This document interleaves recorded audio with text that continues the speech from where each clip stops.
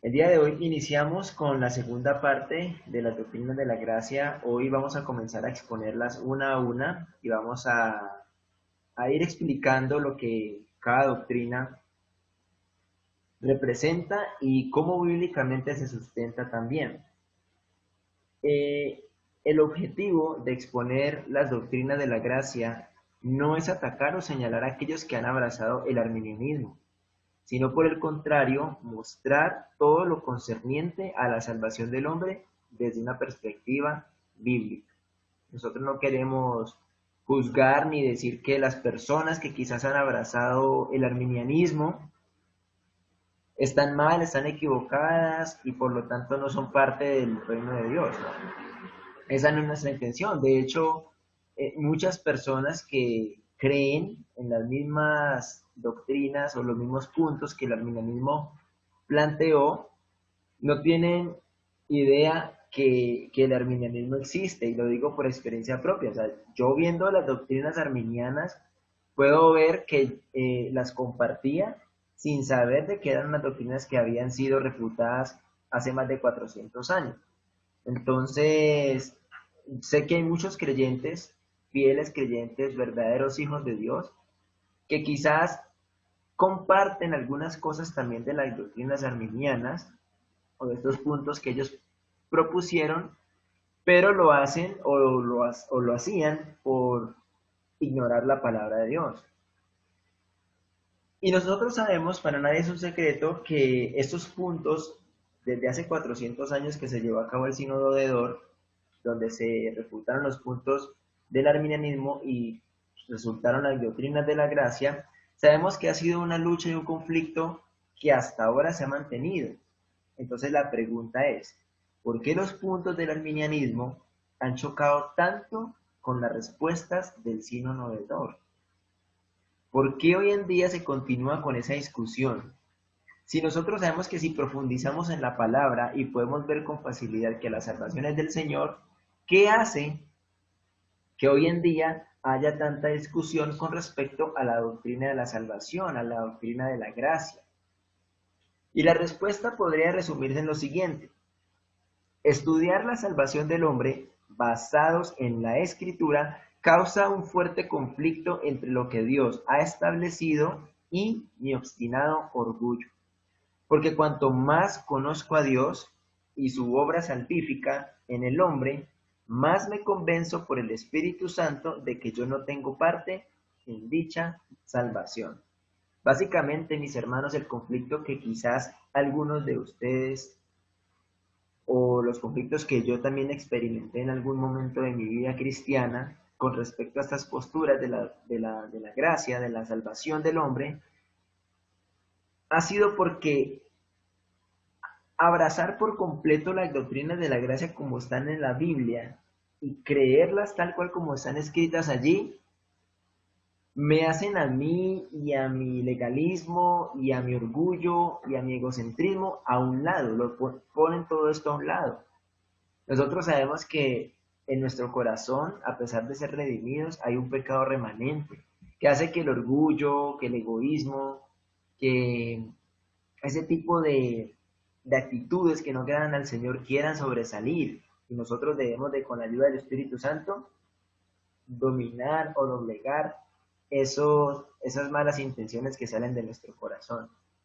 Por eso es que, mis hermanos, pidámosle mucho al Señor que nos vaya guiando, que nos ayude, porque sé que nosotros necesitamos mucho la humildad, la guía del Espíritu Santo para poder entender las cosas mejor. Realmente, mis hermanos, estudiar las doctrinas de la gracia me permite a mí comprender mejor el Evangelio, me permiten a mí conocer más a Dios y sobre todo me permite conocer mejor mi posición y la posición de Dios.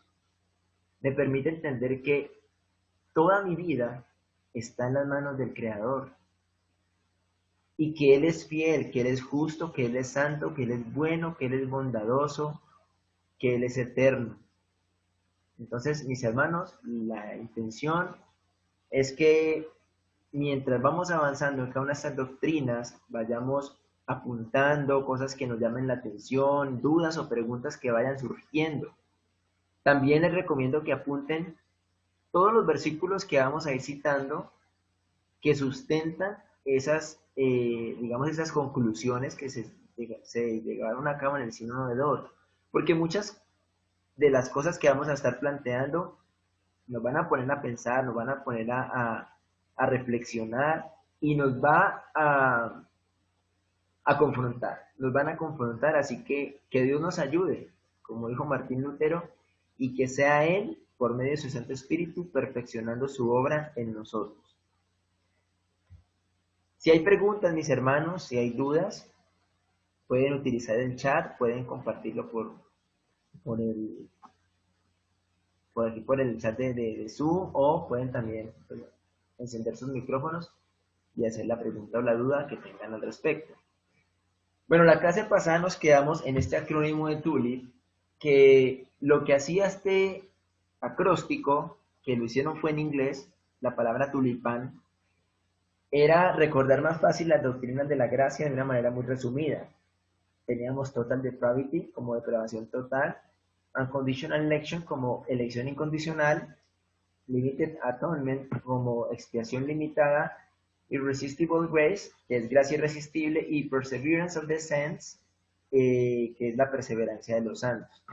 Pero también hablábamos que el teólogo R.C. Sproul, que es muy conocido, que murió de hecho hace como 2-3 años apenas, él llama las doctrinas de la gracia de otra forma como para hacerlo un poco más entendido. Y eso vamos a estar ahorita desarrollando cuando vayamos una por una.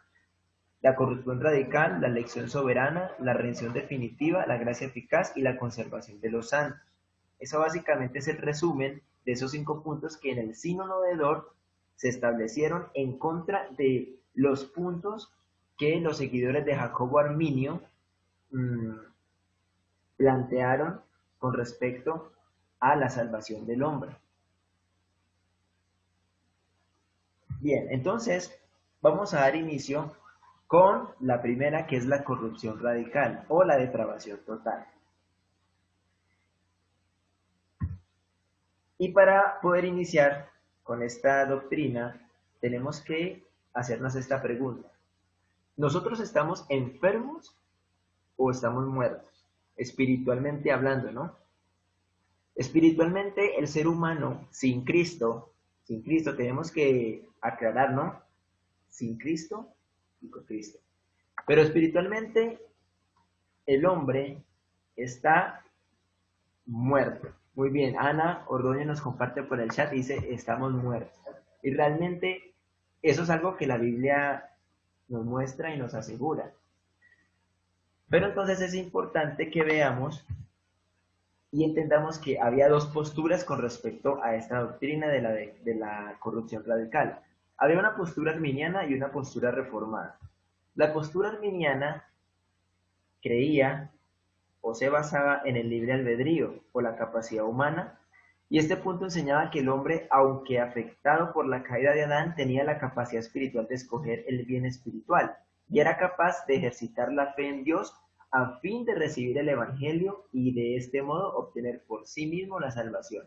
Recuerden que los arminianos enfatizaban mucho la decisión final de ser salvos por el libre albedrío que el hombre tenía, eso era algo que ellos decían. Y la clase pasada hablamos un poco acerca del libre albedrío, ¿no? Que si era con respecto a si yo escojo si soy salvo o no, entonces ese término no podríamos utilizarlo de esa manera.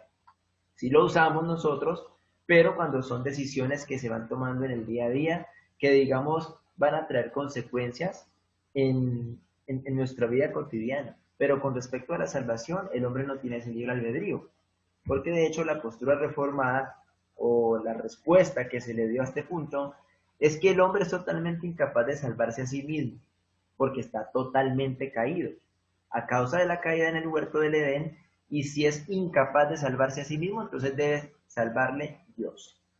Por eso de ahí viene la palabra total, depravación total o corrupción radical, porque hace parte como a un todo, que todas las áreas del hombre fueron afectadas por el pecado en la caída. Entonces aquí tenemos estas 2 posturas. Y realmente pienso que la postura arminiana es una postura que ha sido muy adoptada por muchos creyentes hoy en día, porque un creyente en promedio normalmente va a decir que sí, él tiene la capacidad o la libertad de escoger o no la salvación que Dios le está dando. Esa es la postura. Pero mis hermanos, si nosotros vamos a la palabra y estudiamos la palabra y lo que Dios nos dice por medio de su palabra, nos vamos a dar cuenta que, como dice nuestra hermana Ana, nosotros estamos muertos. Espiritualmente, cuando estamos sin Cristo, estamos muertos. Y por lo tanto, somos incapaces de responder a algo. Un muerto no es capaz de responder a nada porque pues, está muerto. Bien, pero quiero que aclaremos un poco. Ese término depravación total, corrupción radical, es un poco fuerte, suena muy agresivo. Por eso quiero que miremos lo que no significa, lo que la depravación total no significa. No significa que el hombre sea malo hasta el límite de su maldad. Es decir, al yo decir que la corrupción radical o que el hombre está corrupto en todas sus áreas, no quiere decir que el hombre es supremamente malo hasta donde él puede ser malo. Nosotros sabemos que hay más maldad en unos hombres que en otros. No podemos decir que Hitler y no sé, y usted que está ahí escuchándome, sean iguales de malos. O sea, obviamente este hombre Hitler tuvo en su corazón mucha, mucha maldad. Entonces, no podemos decir que la depravación total significa que es que nosotros seamos los más malos que podamos ser. Además, también hay otra postura. Dice, una persona, que el hombre sea incapaz de reconocer la voluntad de Dios. El hombre es capaz de reconocer la voluntad de Dios. Lo que pasa es que no quiere aceptar esa voluntad. No necesariamente es que el hombre esté ciego y que no sea capaz de percibir las cosas. Espiritualmente está muerto, entonces eso no le permite ir a Dios en busca de Dios, pero sí entiende las cosas, sí las comprende. De hecho, en Romanos hay una cita que quiero que leamos que nos va a ayudar un poco a entender esta postura. Romanos capítulo 2, versos 14 y 15. Dice así, porque cuando los gentiles que no tienen ley hacen por naturaleza lo que es de la ley, estos, aunque no tengan ley, son ley para sí mismos, mostrando la obra de la ley escrita en sus corazones, dando testimonio su conciencia y acusándoles o defendiéndoles sus razonamientos. Es decir, que el hombre sabe qué agrada y qué desagrada al Señor. Pero eso no es suficiente para decir, voy a tomar la decisión de agradarlo, porque nuestra naturaleza pecaminosa siempre nos va a hacer, es inclinarnos hacia lo malo. Tampoco significa que el hombre sea incapaz de hacer algún bien a sus semejantes. Obviamente nosotros vemos que hay personas que tienen actos de bondad hacia otros. Incluso la palabra nos da un ejemplo. Jesús mismo hablando en el Evangelio de Mateo está registrado en el capítulo 7, verso 11, dice, pues si vosotros siendo malos sabéis dar buenas dádivas a vuestros hijos, ¿cuánto más vuestro Padre que está en los cielos dará buenas cosas a los que le pidan? O sea que es notorio que el Señor nos está diciendo que sí, o sea, el hombre en su corazón tiene intenciones de hacer el bien. El problema está, mis hermanos, en cuál es la motivación del corazón en esas obras. Yo puedo decir, voy a hacer una obra de caridad, voy a ir a ayudarle a una persona que está necesitada y yo voy y lo hago. Pero muchas veces esa obra de bondad está encaminada a que los demás reconozcan esa labor en mí o a que yo mismo me sienta muy orgulloso por el acto que yo hice. Y muchas veces no lo hago por darle la gloria a Dios. Y ahí es donde comenzamos nosotros a hacer que esas buenas obras que nosotros hacemos realmente en el estándar de Dios no son tan buenas. Porque no están siendo para su gloria, sino que están siendo para nuestra propia gloria. Y recuerden que nuestro corazón es engañoso, hermanos. Así que muchas veces esas buenas obras que nosotros hacemos tienen una motivación incorrecta, ¿sí? Pero somos creados a su imagen y semejanza. Y sabemos de que el Espíritu Santo, en su bondad y su misericordia, toma muchas veces nuestras vidas y nos hace hacer cosas que Él quiere que hagamos, aunque quizás estemos renuentes, como le pasó a Faraón. Faraón fue usado por el Señor para que liberara al pueblo de Israel, y no necesariamente porque Faraón fuera una persona de buen corazón, sino que simplemente porque Dios así lo estableció, ¿sí? Pero eso fue para la gloria de Dios. Entonces tenemos que pensar, mis hermanos, en dónde estamos encaminando nuestras buenas obras, o lo que estamos haciendo por los demás. ¿Realmente le está dando la gloria a Dios? Eso es algo que tenemos que tener en cuenta y para que lo meditemos. Entonces aquí nos dice que cuando el hombre cayó en el huerto del Edén, cayó en su totalidad, es decir, que la personalidad completa del hombre ha sido afectada por la caída y el pecado se extendió a todas sus facultades, es decir, la voluntad, la mente y los efectos o los afectos o las emociones. Por eso les decía yo al principio que eso, por eso se habla de la depravación total o de la corrupción radical, porque toca todas las áreas del ser humano, manchando con el pecado todas esas áreas, que hacen que el ser humano tome una naturaleza pecaminosa y terminemos haciendo lo que la carne siempre quiere que hagamos.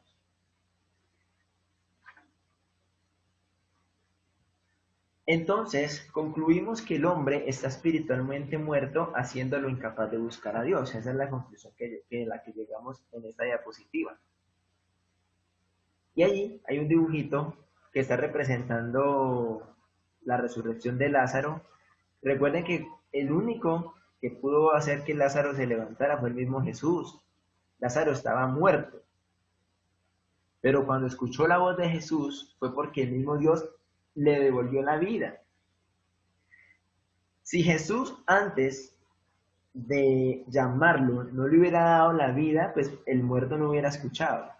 Y de hecho de esa parte vamos a hablar ahorita un poquito, porque es Jesús, es Dios, por medio de su Espíritu Santo, quien nos da esa vida. Romanos 5:12. Miremos este texto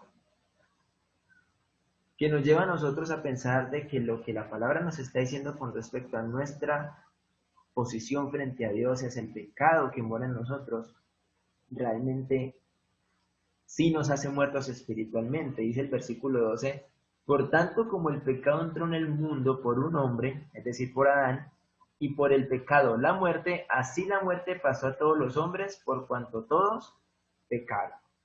¿Quién de los que están aquí conectados, están escuchando esta clase, puede decir, un momentico, Mario, a mí sáquenme esa colada porque yo no he pecado? Ninguno, ¿cierto? Ninguno de nosotros podría decir, no, es que yo nunca he pecado. Ni tampoco sería un argumento válido decir, es que yo he pecado más poquito que este. Porque por un solo pecado, hermanos, Dios tendría las suficientes razones para condenarnos, ¿cierto? Y por un solo pecado también estaríamos contaminados de tal manera que estaríamos muertos espiritualmente para responder a las cosas de Dios. Entonces aquí no se trata de que este peca mucho o que este peca menos. Se trata de que la persona que está sin Cristo ha pecado. Y porque ha pecado está muerta espiritualmente para responder a las cosas de Dios. Es nuestra naturaleza, mis hermanos. La persona que no tiene a Cristo naturalmente está inclinada hacia el pecado. Hay un ejemplo que el pastor Sugel da mucho cuando le están preguntando sobre esto, y él habla de un buitre, de un gallinazo y de una paloma. Y él dice que si uno le tira carroña y maíz, obviamente la paloma va a venir a comer maíz y el buitre va a venir a comer carroña. ¿Por qué? Porque es su naturaleza. El buitre no puede comer maíz, ni la paloma va a comer carroña. Cada uno come lo que su naturaleza le hace que coma. Yo no puedo obligar al buitre que coma maíz diciéndole, es que esto le hace mejor a su cuerpo. Esto le va a producir una mejor salud. El buitre, por naturaleza, siempre va a escoger la carroña. Yo tendría que quitar la naturaleza del buitre y hacer que su naturaleza fuera como la de una paloma para que él así pudiera comerse el maíz. Lo mismo pasa con nosotros. O sea, si estamos muertos en nuestros delitos y pecados, como lo dice la palabra de Dios, es imposible que nos muestren las cosas del reino de Dios y nosotros respondamos positivamente. Eso es por eso cuando usted le predica el evangelio a alguien, que esa persona simplemente no lo recibe. Y no lo recibe no porque él lo esté rechazando, sino que porque su naturaleza pecaminosa no le da la capacidad de poder entender y discernir las cosas espirituales. Que eso vamos a hablar un poquito en la diapositiva que sigue. Porque estamos hablando que hay una incapacidad del hombre de acercarse a Dios.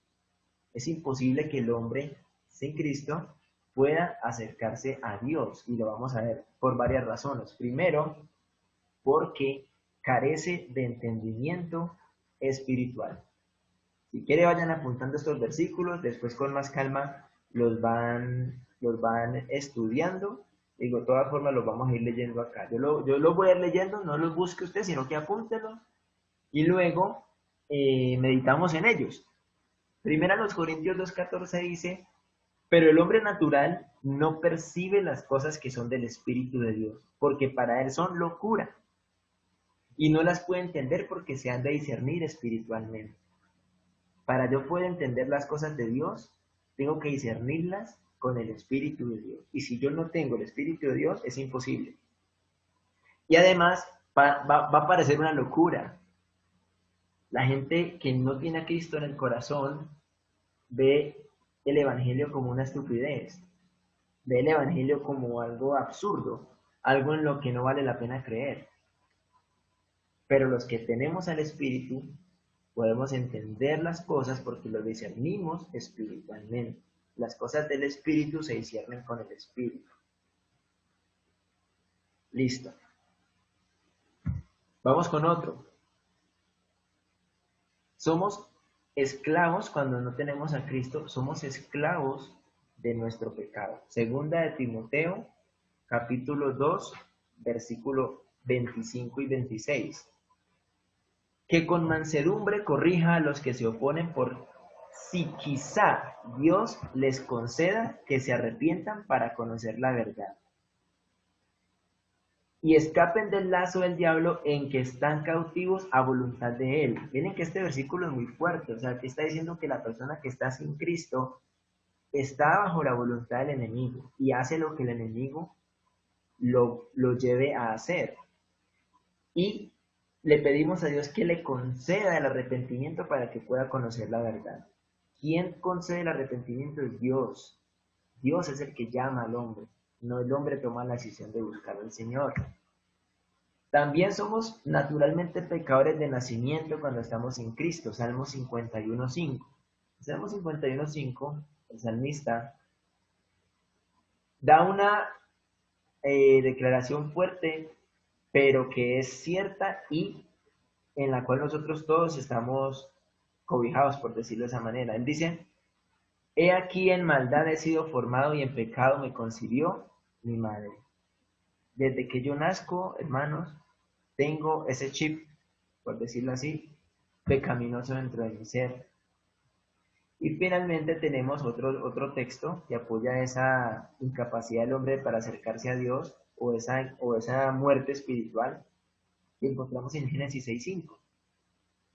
Dice la palabra de Dios así: y vio Jehová que la maldad de los hombres era mucha en la tierra, y que todo designio de los pensamientos del corazón de ellos era de continuo solamente el mal. Es fuerte, hermanos, pero la palabra de Dios de alguna manera nos va encerrando para que entendamos que no están nuestras fuerzas, que no están nuestras capacidades, que realmente nosotros no podemos hacerlo, porque naturalmente estamos atados al pecado cuando estamos en Cristo. Hay una parte en Efesios, en el capítulo 2, que asegura que el hombre está muerto en sus delitos y pecados cuando está sin Cristo. Y realmente, mis hermanos, tenemos que comprender algo. Esa incapacidad del hombre para llegar a Dios se ve reflejada de dos maneras. Primero, el hombre no puede venir a Dios. el hombre no puede venir a Dios. Y segundo, el hombre no quiere venir a Dios. Ni queremos, ni podemos. Y eso yo no me lo estoy inventando. Eso lo dijo Jesús en el Evangelio de Juan, en el capítulo 5, verso 40, el Señor dice, y no queréis venir a mí para que tengáis vida. O sea que si nosotros no queremos ir a Dios, a Jesús, para que tengamos vida, Dios nos está diciendo por su palabra que el hombre pecado, el hombre sin Cristo está muerto. Por lo tanto no quiere, pero tampoco puede. Y ahí en el mismo Evangelio de Juan, en el capítulo 6, verso 44, nos vamos a dar cuenta de esa realidad. Dice el versículo 44, ninguno puede venir a mí si el Padre que me envió no le trajere.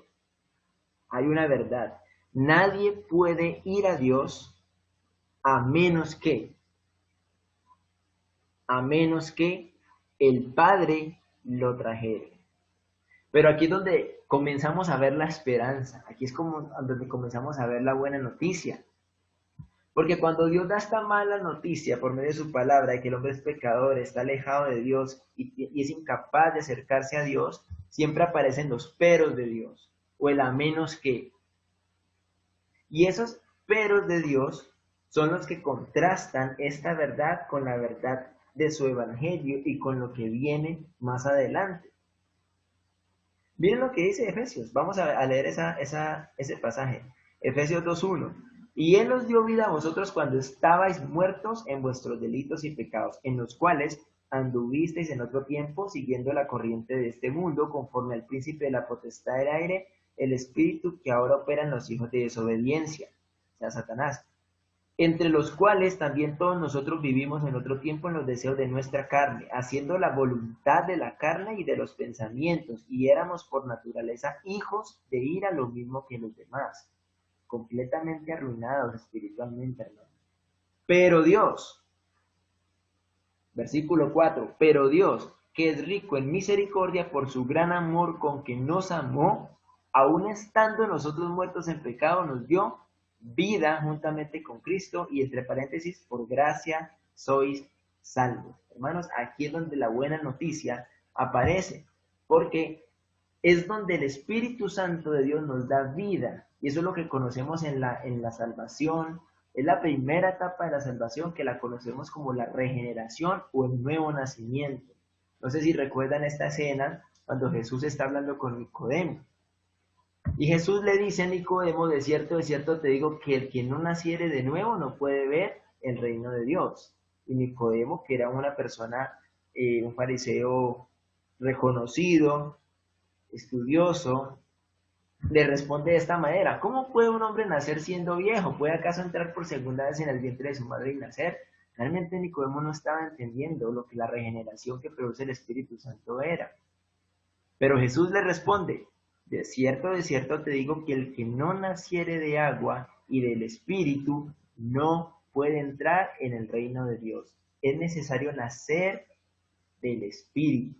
Es necesario tener esa vida que Pablo en Efesios nos está diciendo. Él dice que aún estando muertos en pecados y en delitos, Él nos dio vida juntamente con Cristo. ¿Para qué, hermanos? ¿Para qué fuimos regenerados? ¿Para qué nacimos de nuevo? Para que pudiéramos ahora sí estar despiertos al llamado de nuestro Señor. Para que de esa manera pudiéramos ahora sí poder acercarnos. Ya somos capaces de acercarnos, pero porque Él nos dio vida, porque Él decidió darnos la capacidad para que pudiéramos llegar a Él y arrepentirnos y creer. Porque el arrepentimiento y la fe también son dones de Dios, también provienen de Él.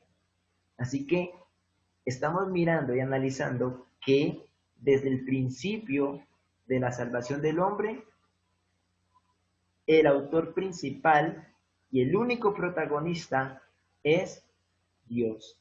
La salvación es del Señor. Todo lo ha puesto Él. Si quisiéramos decir que el hombre ha puesto algo, podríamos decir que solamente ha puesto una cosa en la salvación: el pecado. Eso sería lo único que el hombre ha puesto para la salvación: el pecado. Pero de resto, Todo lo ha hecho el Señor, hermano. Él es el que nos da vida. Entonces, de esta manera concluimos y entendemos que espiritualmente el hombre sin Cristo está muerto y que la única forma de que él pueda venir al Padre, como leímos ahora en Juan, es que el Padre lo atraiga. ¿Y cómo lo atrae? Dándole vida por medio del Espíritu Santo, regenerándolo, haciéndolo despertar, haciéndolo renacer. Y quiero terminar esta primera parte con esta conclusión. El pecado es tan destructor en la vida del ser humano que si aún los cristianos, teniendo al Espíritu Santo muchas veces, no queremos someternos a las cosas de Dios, cuán imposible será para aquellos que no tienen al Espíritu Santo de Dios en sus corazones. Aquí es donde nosotros podemos reflexionar eso, hermano. Si realmente nosotros como creyentes a veces nos cuesta trabajo hacer las cosas de Dios y a veces no queremos, y tenemos la capacidad porque el Espíritu Santo nos la ha dado. Imagínense una persona que no tiene el Espíritu Santo, ¿no? Pues si nosotros a duras penas estamos en comunión con el Señor, ¿cuánto más una persona que no tiene a Cristo? Por eso es que tenemos que pregonar las buenas nuevas, hermano. Predicarles a la gente de Cristo, de la buena noticia que hay en Él.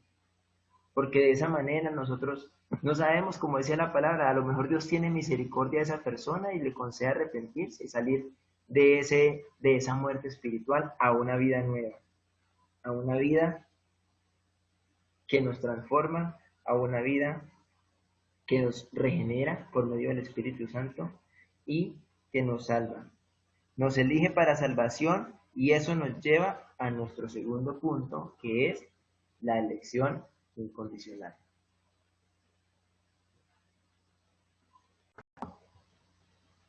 Bien, entonces la segunda doctrina de la gracia es la elección soberana o la elección incondicional.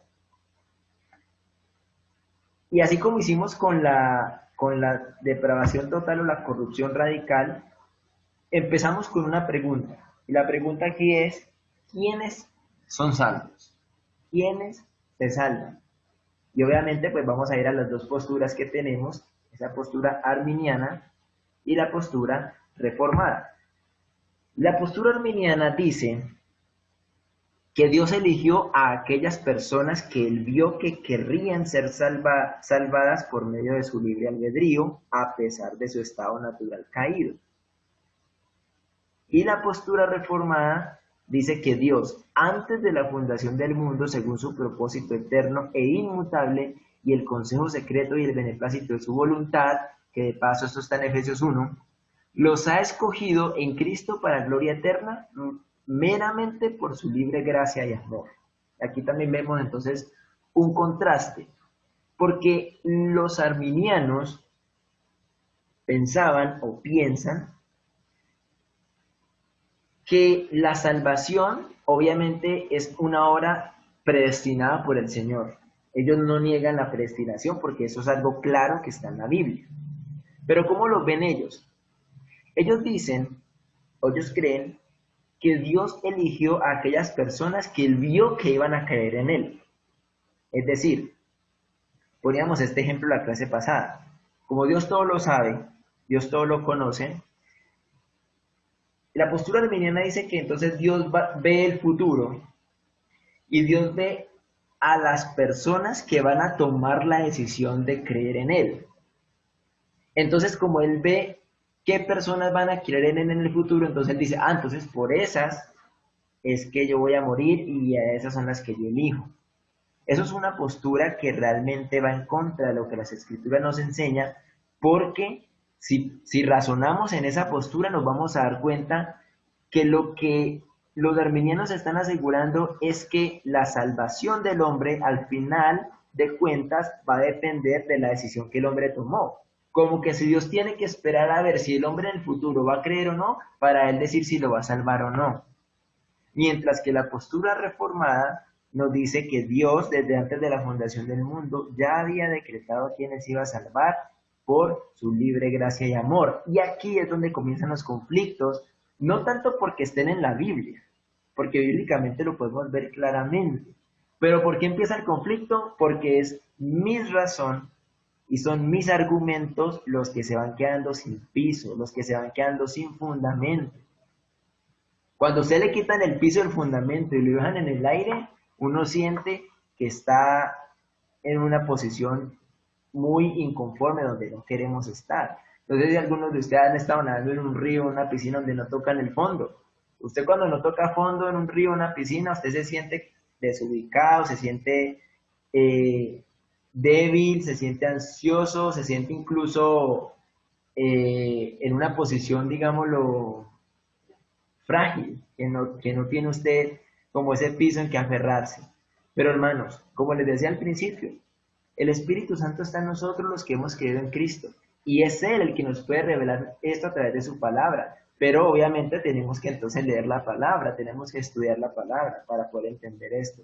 Y es que esa ha sido la discusión hasta hoy en día, porque mucha gente asegura que la doctrina arminiana tiene razón, pero muchas personas que aseguran que la doctrina arminiana tiene razón son personas que ni siquiera estudian la palabra de Dios como deberían de estudiarla, sino que lo dicen porque es que así yo lo creo, porque así lo pienso, porque es que así es como me cuadra más, porque así me enseñaron o porque no me incomoda el hecho de saber de que yo tengo parte en la salvación. O sea, cuando uno le dicen, tú no tienes nada que ver en tu salvación, sino que solamente es el Señor y tú no puedes hacer nada para ganarte el favor de Dios, eso me incomoda. Eso ataca mi ego y ataca mi orgullo, entonces yo voy a hacer lo posible y el pecado que está en mí va a hacer lo posible de enfrentar ese tipo de pensamientos que me van a hacer a mí ser arrogante. Incluso cuando la palabra de Dios me dice lo contrario. Por eso tenemos que pedirle a Dios que nos haga enseñables, que nos haga personas humildes y que nos haga personas mansas, que podamos andar en amor. Que una vez nosotros podamos entender por la revelación del Espíritu ciertas cosas, tengamos también la misma humildad y el mismo amor para compartirla con otros. Eso es lo que realmente a lo que nosotros debemos de apuntar. Entonces, bueno, bíblicamente nos vamos a dar cuenta que Dios ya ha escogido a quienes van a ser salvos. La doctrina de la elección soberana se desprende en forma natural y lógica de la doctrina de la corrupción radical de la que vemos ahora.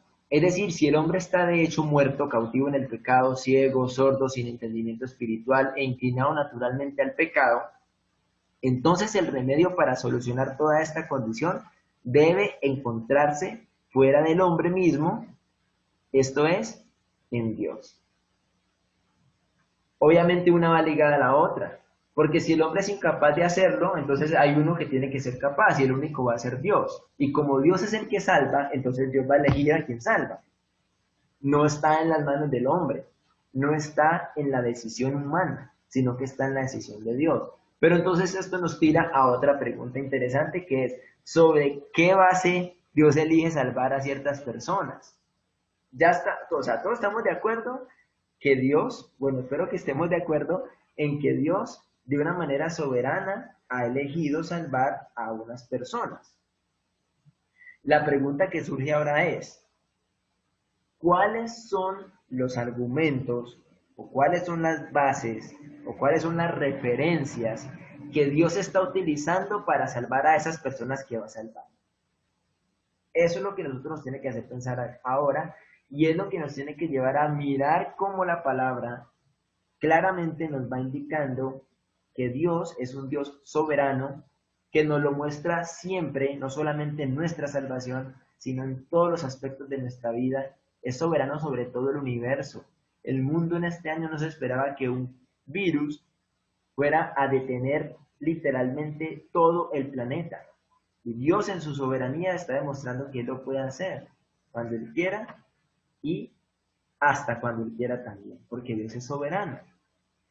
Entonces, vamos a ir poco a poco avanzando en esta doctrina de la elección, porque es una doctrina que realmente ha causado muchas confusiones, pero la palabra es muy clara y el Espíritu Santo es poderoso para revelarnos, para enseñarnos, para guiarnos y para convencernos de que la gloria se la debemos dar solamente al Señor. Romanos 9 tiene la respuesta a esa pregunta que nos estamos haciendo y no solamente responde este interrogante, sino que también habla abiertamente de esa doctrina de la elección soberana. O sea, Dios elige soberanamente a los que Él salva. Dios elige soberanamente a los que Él salva. Y sé que van a empezar a surgir interrogantes. Sé que van a empezar a surgir preguntas, porque a mí me pasó. Y hasta hace muy poco me cuestionaba muchas cosas, pero lo hacía basado en mis argumentos y no en lo que la palabra me decía, porque les confieso, apoyaba muchas posturas arminianas, pero no leía la palabra. Entonces, ¿con qué argumento yo defendía esas posturas? Con los argumentos que nacían de mi corazón y que nacían de mi mente. Y yo no puedo confiar en mi corazón, porque la Biblia me dice que mi corazón es engañoso. Yo no puedo confiar en lo que yo siento. Yo debo confiar en lo que Dios dice. Mis sentimientos ni mis pensamientos deben regir mis convicciones. Mis convicciones deben estar regidas por la palabra de Dios. Vamos a Romanos 9 y nos vamos a dar cuenta que este capítulo es genial. Este capítulo es uno de los mejores capítulos que tiene la carta de los Romanos porque es como una conversación, como un diálogo entre Pablo y el lector. Y nos vamos a dar cuenta que en este capítulo en específico Pablo está explicando en qué consiste la doctrina de la elección soberana de Dios. Romanos 9, 10 dice, y no solo esto, sino también cuando Rebeca concibió de uno, de Isaac nuestro padre, y dice en el 11, pues no habían aún nacido ni habían hecho aún ni bien ni mal, para que el propósito de Dios conforme a la elección permaneciese, no por las obras, sino por el que llama. Se le dijo, el mayor servirá al menor, como está escrito, a Jacob amé, mas a Esaú aborrecí. Entonces, aquí viene algo muy interesante, o sea, ¿qué tiene que ver esta historia? ¿Qué tiene que ver Jacob, Esaú, Isaac, Rebeca para yo hablar de la elección? Pues Pablo está utilizando este ejemplo precisamente para explicarle a sus lectores y a nosotros, obviamente, que también somos parte de esos lectores en este momento, de por qué él está haciendo uso de este ejemplo para hablar de la soberanía de Dios. Y hay algo muy clave acá. Hay una elección y hay una palabra muy fuerte en el sentido de que determina a Jacob amé y a Esaú aborrecí. Ese versículo, a Jacob amé y a Esaú aborrecí, es una cita que Pablo está haciendo del Antiguo Testamento. Eso ya está escrito en el Antiguo Testamento y él lo está simplemente citando. Ahora, es fuerte porque ahí es donde empezamos a decir, bueno, ¿cómo así que aborrecí? ¿Y cómo así que amé? Hay otras versiones que dicen, a Jacob escogí, a Esaú deseché. Otras versiones que dicen de esa manera. Y realmente Pablo, antes de decir esto, a Jacob amé y a Esaú aborrecí, noten algo muy importante que él quiso o quiere dejar claro. Porque dice que él concibió, Rebeca concibió de Isaac a unos gemelos, a Jacob y a Esaú. Entonces, vamos aquí a sacar el marcador. Aquí tenemos a Esaú y aquí tenemos a Jacob, los mellizos. Listo. Dice que a Jacob, a este de aquí, Dios amó, pero a Esaú aborreció, o sea, lo desechó. Y si ustedes notan en el versículo 11, Pablo especifica que dice que no habían aún nacido, ni habían hecho ni aún el bien ni el mal, para que el propósito de Dios conforme a la elección permaneciese, no por las obras, sino por el que llama. Es claro que ninguno de los dos había hecho cosas ni buenas ni malas. Para poder nosotros entonces después sacar conclusiones, no, es que él escogió a Jacob porque es que Esaú hizo lo malo. O él escogió a Jacob porque Jacob hizo lo bueno. De ninguna de las dos, porque ninguno de los dos había hecho ni bueno ni malo. Y precisamente fue para que miráramos que no fue por las obras de ellos, sino que fue por la libre elección soberana de Dios. La Biblia nos lo está diciendo muy claramente. Para que el propósito de Dios conforme a la elección permaneciese, no por las obras, sino por el que él llama. sino por el que él llama. Entonces, dice que el mayor servirá al menor, y como está escrito, Jacob amé, mas a Esaú aborrecí. Y es fuerte pensar de que entonces, así como estamos hablando de Jacob y de Esaú, podríamos hablar de un creyente y un no creyente que usted conozca. Un creyente que usted conozca y un no creyente que usted conozca, decir que al creyente él amó y al no creyente aborreció, o sea, al creyente le escogió, al no creyente lo desechó. Y yo sé que aquí muchos de nosotros nos estamos haciendo ciertas preguntas en la mente. Están surgiendo varias preguntas, porque empezamos a ver esto de una manera como con argumentos muy personales, y sé que muchos lo estamos en este momento pensando, pero de eso precisamente vamos a hablar. Porque estaríamos diciendo que Dios escogió a Jacob para salvarlo y a Esaú para condenarlo, porque ninguno de los dos tenía la capacidad de acercarse a Dios. Entonces, empiezan a surgir preguntas como estas. Si Dios no eligió a todos porque no quiso, ¿no estaría esto en contra de su voluntad, que es buena, perfecta y agradable? Yo creo que esta pregunta nos la hemos hecho, o nos la estamos haciendo en este momento. Pero también podríamos decir entonces, ¿cómo sería perfecto y agradable mandar a las personas para el infierno si Él mismo no da la fe a esas personas? Eso es otro argumento. Porque si yo digo, bueno, si Dios es el que da la fe para salvación, y si Él no se la está dando a una persona, entonces eso sí sería perfecto. Y sí sería agradable, que esa persona se condene en el infierno porque Dios no le dio la salvación a él para que fuera salvo. O peor aún, podríamos decir, si es Dios el que escoge, salvando a unos y a otros no, ¿no haría esto a Dios injusto?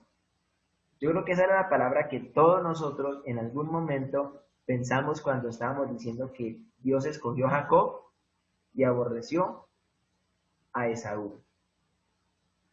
Diríamos, es injusto porque ¿por qué escogió a uno y al otro no? ¿Por qué a Jacob le va a permitir disfrutar de una salvación eterna y por qué a Esaú lo está llevando a una condenación? Eso sería injusto. Sé que muchos de nosotros lo podemos estar pensando, hermano. Yo lo pensaba. Y fue algo muy difícil en lo que yo siempre meditaba y decía, no puede ser. La predestinación no puede ser. No puede ser que Dios haya escogido a unos para salvación y a otros no puede ser.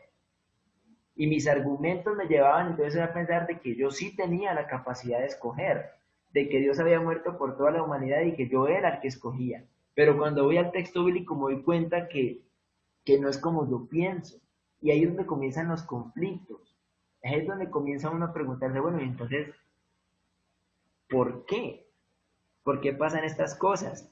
Y por eso les decía que me encanta este capítulo 9, porque Pablo cuando está escribiendo eso, cuando él dijo, como está escrito, a Jacob amé, mas a Esaú aborrecí, Pablo ya sabía de antemano que el lector se iba a hacer precisamente la misma pregunta que nos estamos haciendo ahorita, y es, si Dios es el que escoge, ¿no lo haría, salvando a uno y a otro, no sería esto injusto? Y si ustedes han visto en el versículo que sigue, en el versículo 14, vamos a encontrar la respuesta. Leamos el versículo 14. Miren lo que dice el apóstol Pablo. ¿Qué pues diremos? ¿Que hay injusticia en Dios? Tremendo este Pablo, cómo se anticipaba las cosas y cómo lo hace en una pregunta retórica. Porque él está diciendo, sé que mis lectores en este momento deben estar pensando que Dios es injusto. Y nosotros sabemos que Dios es justo, que Dios es un juez justo. Pablo se anticipa la respuesta sabiendo que va a haber una protesta. Pero él lo aclara, porque dice, ¿qué pues diremos? ¿Que hay injusticia en Dios? En ninguna manera, claro que no, de ningún modo, es imposible que haya injusticia en Dios, porque Dios es un Dios justo. Entonces, ¿cómo puedo yo entender de que un Dios que es justo, que es amoroso, que es bueno y bondadoso, Entonces, estás cogiendo a unos para salvación y a otros no. Eso va en contra de mis pensamientos, pero la palabra es clara y nos lo dice. ¿Hay injusticia en Dios? Claro que no, claro que no. Y el versículo 15 responde y aclara ese interrogante que muchos de los arminianos se estaban planteando en ese momento.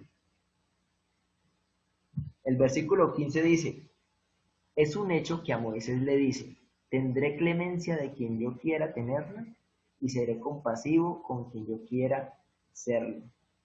Está citando Pablo el Antiguo Testamento. Este es el capítulo 9, versículo 15 de la Nueva Versión Internacional. En la Reina Valera, que es la que casi todos tenemos, dice, pues a Moisés dice, tendré misericordia del que yo tenga misericordia y me compadeceré del que yo me compadezca.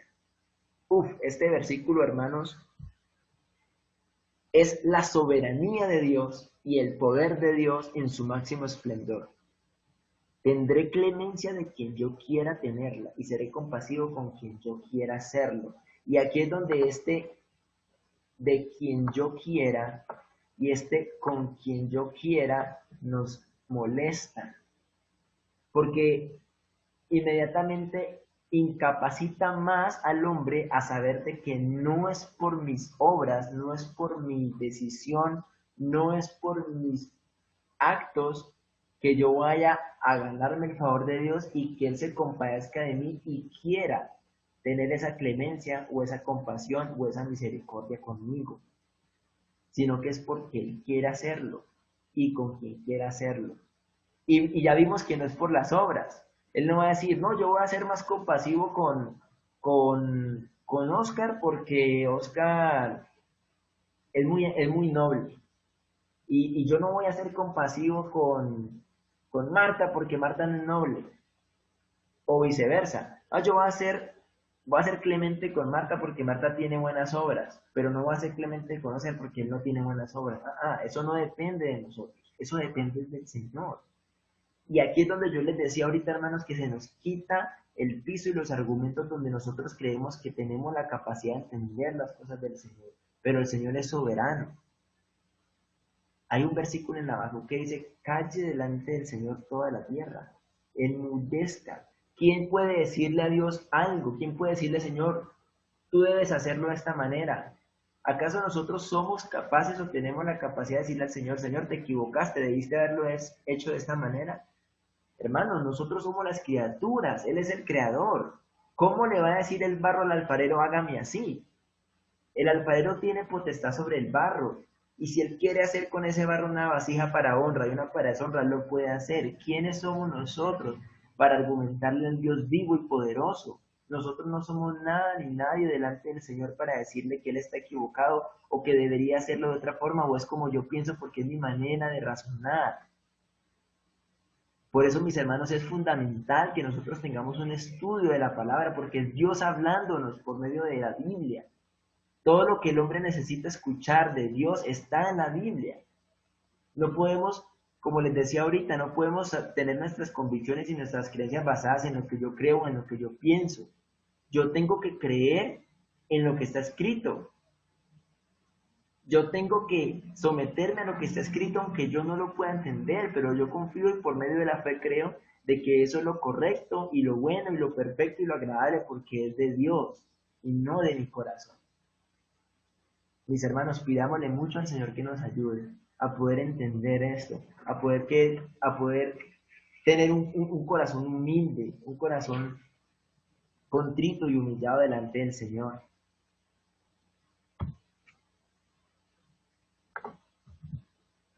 Miren esta imagen de acá. Y miremos esa pregunta aquí. Si Dios elige soberanamente conceder su gracia en algunos pecadores y retener su gracia de otros pecadores, ¿hay alguna violación de la justicia de Dios en esto? Vamos a ponerlo de esta manera. Supongamos que Dios elige a este grupo de aquí, a este grupo de acá, de esta manera, y entonces tenemos aquí también estos otros de acá señalados, y tenemos estos de acá. Si Dios dice, a los que están en verde, les voy a dar mi gracia para que sean salvos, les concede su gracia. Todos somos pecadores, ¿no?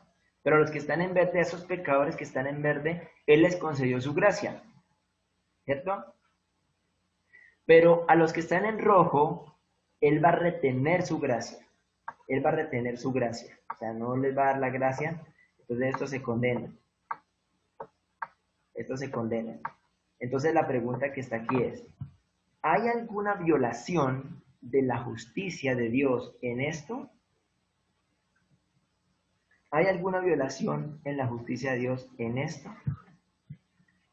Si realmente Dios decide poner su gracia salvadora en pecadores que no la merecen, ¿será que Él le está siendo injusto? Como dijo Pablo ahorita, de ninguna manera, hermanos, de ninguna manera. Si nos fijamos en los que no reciben este regalo, en los que estaban señalados de que no recibían el regalo, ¿reciben algo que ellos no se merecen? Es decir, vamos el ejemplo de nuevo.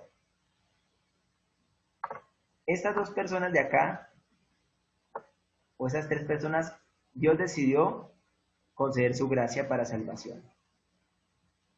Pero en estas tres de acá abajo, Dios no les concedió su gracia. Es decir, que ellos van a ser condenados. La condenación que ellos van a recibir, ¿la merecen o no la merecen? La merecen por el pecado. Romanos 6:23, la paga del pecado es la muerte, la condenación. Dios no puede pasar por alto el pecado. Dios no puede pasar por alto ningún pecado, por más pequeño que este parezca, porque Dios dejaría de ser Dios justo. Dios dijo, el pecado debe ser condenado. Ahora, a estos, a los que Él decidió conceder gracia, por los méritos de Cristo es que reciben la vida eterna. Porque ellos van a ser como si no hubieran pecado y como si hubieran vivido una vida perfecta, porque los representa Cristo. Los representa Cristo. Un grupo recibe gracia, que sería este, y otro grupo recibe justicia, porque está siendo condenado en su pecado. O sea que nadie está recibiendo injusticia. Nadie está recibiendo injusticia. Por eso es que la pregunta aquí debería ser, más bien la pregunta no debería ser ¿por qué Dios aborreció a Esaú? No, la pregunta que nos deberíamos hacer es la siguiente, ¿por qué amó a Jacob? Porque podríamos decir que el ser humano por su pecado obviamente va a ser condenado. De eso no tendríamos que sorprendernos. Sin embargo, sí tendríamos que sorprendernos de entonces por qué amó a Jacob. Y quiero decirle algo, hermano. Si usted es un creyente, si usted está en el reino de Dios por méritos de Cristo, entonces usted tiene que vivir toda su vida agradecido de que de usted tuvo misericordia y que Dios concedió su gracia salvadora en usted. Y que así como lo hizo con usted, ruéguele al Señor para que su familia o aquella persona por la que usted está orando o la que le está predicando, Dios le conceda también ese arrepentimiento, que haya sido una persona que ya haya sido escogida por Él. Nosotros sabemos que Dios ya tiene sus escogidos, pero eso no nos quita la responsabilidad de predicarles el Evangelio, porque no sabemos si somos el medio de gracia que Dios permitió para que esa persona llegara a los pies de Cristo. Por eso es que tenemos que predicar el Evangelio, porque si Dios ya tiene sus escogidos, nosotros no sabemos de qué manera Dios los va a traer, o por medio de qué persona, por la predicación de qué persona ese individuo va a creer en el Evangelio. Nosotros tenemos que hablarle a todo el mundo como si fuesen escogidos. No sabemos si han sido escogidos por Dios, pero compartan el Evangelio todo el tiempo como si fueran escogidos, porque nosotros no sabemos en qué momento el Señor va a ser compasivo y clemente con los que están escuchando su palabra, hermano. No lo sabemos. Así que debemos hacerlo. Entonces mire lo que dice el versículo 16. Así que no depende del que quiere, ni del que corre, sino de Dios que tiene misericordia. Nuevamente Pablo deja muy en claro que la salvación no depende de la persona que quiera, ni tampoco del que corra, ni el que se esfuerce, ni el que haga algo, porque no lo va a poder hacer. Es en ningún esfuerzo humano, sino de la misericordia de Dios, de la clemencia de Dios, de la compasión de nuestro Dios. Y miren lo que dice el verso 17. Porque la escritura dice a Faraón: para esto mismo te he levantado, para mostrar en ti mi poder y para que mi nombre sea anunciado por toda la tierra. De manera que de quien quiere tiene misericordia, y al que quiere endurecer, endurece. Fuertes son estas palabras, pero hermanos, es palabra de Dios. No seamos renuentes a la palabra de Dios. Mire, cuando Pablo declara que no depende del que quiere ni del que corra, nosotros podríamos decir, aquí se tendrían que acabar los pleitos, aquí se tendrían que acabar las contradicciones, se tendrían que acabar las posturas contrarias, incluyendo la postura arminiana, porque Pablo está aniquilando la voluntad humana como base para la elección soberana de Dios. Porque yo lo único que puedo encontrar en la Biblia es que la elección sí se basa en la voluntad y sí se basa en la libre elección, pero en la libre elección y la voluntad de Dios. En la libre voluntad de Dios, como dice Pablo en Efesios, según el puro afecto de su voluntad. Según el puro afecto de su voluntad. Entonces yo digo, bueno, ¿por qué?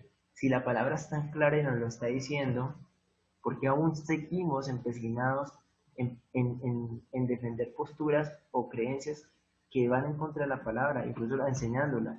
Hermanos, yo creo que es por nuestra falta de compromiso y nuestra falta de comunión con el Señor y nuestro estudio de la palabra. Porque si realmente lo hiciéramos, el Espíritu Santo mismo aclararía todas estas cosas y haría que fuéramos, que anduviéramos en la verdad y que nos dedicáramos a lo que Dios quiere que hagamos, que andemos como es digno del Señor, proclamando y predicando su palabra en todo tiempo y en todo momento, sin cuestionar lo que la palabra y las Sagradas Escrituras dicen. Hay una de Charles Spurgeon, una prédica, un sermón que se predicó el domingo 2 de septiembre de 1855, y Charles Spurgeon en el 855 está hablando de la elección soberana de Dios. Y cuando él termina de decir lo mismo que estamos hablando nosotros sobre la elección de Dios, le dice esto a sus oyentes: haz a un lado tus prejuicios, escucha con calma, escucha desapasionadamente, oye lo que dice la Escritura, y cuando recibas la verdad, si a Dios le place revelarla y manifestarla a tu alma, que no te dé vergüenza confesarla. Confesar que ayer estabas equivocado es solamente reconocer que hoy eres un poco más sabio. Y, en vez de que sea algo negativo para ti, da honor a tu juicio y demuestra que estás mejorando en el conocimiento de la verdad. Que no te dé vergüenza aprender y hacer a un lado tus viejas doctrinas y puntos de vista y adoptar eso que puedes ver de manera más clara en la palabra de Dios. Pero si no ves que esté aquí en la Biblia, sin importar lo que yo diga o a qué autoridades hago referencia, te suplico por amor de tu alma que rechaces lo que digo. Y si desde este púlpito alguna vez oyes cosas contrarias a la sagrada palabra, recuerda que la Biblia debe ser lo primero y el ministro de Dios debe estar sometido a ella. Son palabras de Charles Spurgeon en el 1855 cuando estaba predicando de esto, hermanos. Yo creo que lo que él dijo en ese sermón se acomoda perfectamente a lo que nosotros necesitamos oír en este momento. Y si tú eres cristiano, como decíamos ahora, debes de vivir agradecido con el Señor, porque entonces Él tuvo compasión y misericordia de ti y te dio vida juntamente con Cristo y te renovó, te regeneró por medio del Espíritu Santo para que vinieras a Él en arrepentimiento y fe. Y si tú no eres creyente aún y estás escuchando esto, date por bien servido, porque este puede ser el medio de gracia que se está usando para abrir tu entendimiento y aceptar de una vez a Cristo en tu corazón, llegar a él en arrepentimiento y fe y ser uno más de la familia del Señor. Por lo tanto, mis hermanos, nosotros concluimos que la salvación es del Señor. La salvación le pertenece a nuestro